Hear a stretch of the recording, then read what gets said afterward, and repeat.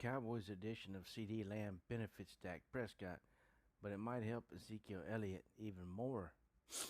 At first glance, it seems kind of counterintuitive of the Cowboys, or foolish even. They made Zeke the highest paid running back in the NFL history last summer. In the past 2 months, they spent $20 million per year on one wide receiver and a first-round draft pick on another.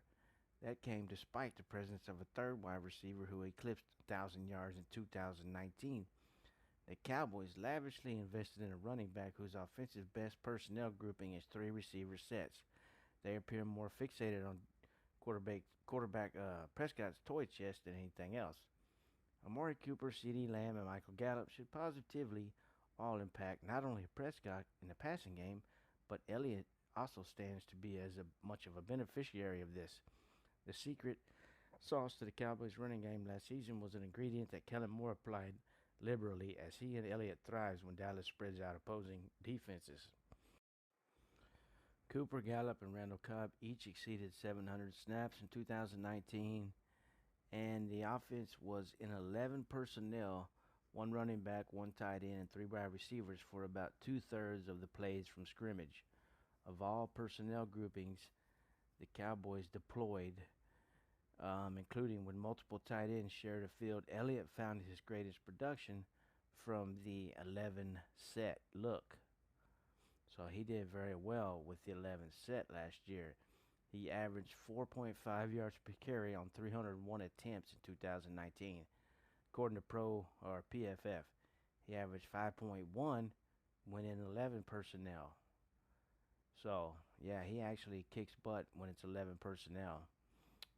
Additionally, he led the NFL in rushing yards from 11 personnel with 823 yards on 161 attempts in 2019.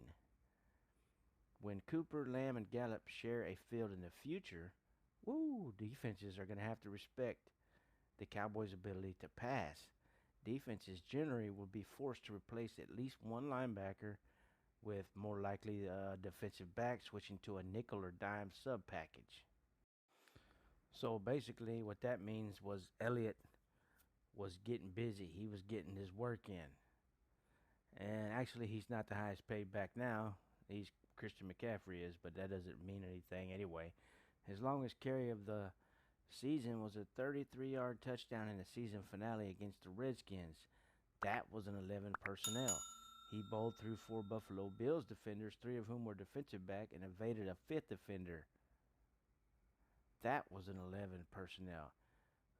His 31-yard run with 2 broken tackles at Soldier Field before Khalil Mack caught up with him, 11.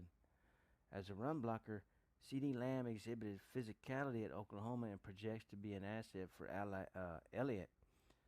So the rookie's considered versatile enough to play any of the Cowboys' receivers' positions, so he can help steal the edge. Elliott found less production from a 12 personnel running back, 1 running back, 2 tight ends, 2 wide receivers. He only averaged 3.8 yards on 77 attempts, according to PFF. Dallas is less dynamic today from 12 than a year ago, downgrading from Jason Witten and Blake Jarwin as the top tight ends to Jarwin and Blake Bell. And Blake Bell has only had like 23 receptions in about 5 years. So anyway, in 2019, as a first-year coordinator, Moore used 11 personnel on 67.3% of his play calls. That's the 6th highest rate in the league, compared to 18% rate for 12 personnel. That gap will probably widen next season. Lamb's arrival upgrades the Cowboys in the personnel grouping they like to use the most, which is obviously great for Prescott. But upon a second glance, it's also great for Ezekiel Elliott too. I got a fever, and the only prescription is more. How about them Cowboys? Yeah!